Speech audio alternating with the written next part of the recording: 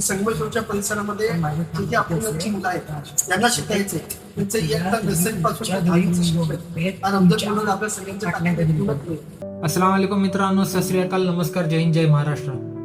ही घोषणा तुम्ही आताच ऐकली आणि खरं सांगायचं झालं तर अशा घोषणा फक्त ऐकून पुढे जाण्यासारख्या नसतात, त्यामागचं विचार समजून घेणे गरजेचे आहे.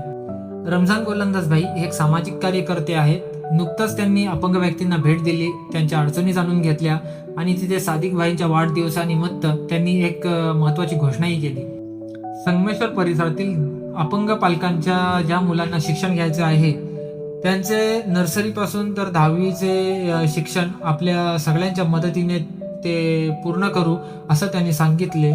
आणि एवढंच नाही, येत्या 2 वर्षांमध्ये रत्नागिरीमध्ये सुद्धा इंग्लिश मीडियम शाळेचे काम सुरू करण्याची त्यांनी घोषणा केली.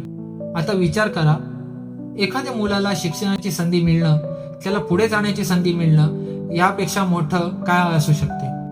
रमजान भाई, तुमच्या या विचाराचं आणि या पुढाकाराचं कौतुक करावं तेवढं कमी आहे.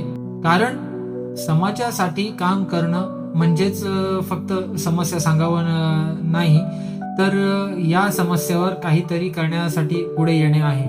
आणि तुम्ही ही घोषणा प्रत्यक्षात उतरावी, अनेक मुलांचं शिक्षण पूर्ण व्हावं आणि त्यांच्या भविष्याला एक चांगली दिशा मिळावी, हीच मनापासून इच्छा आहे.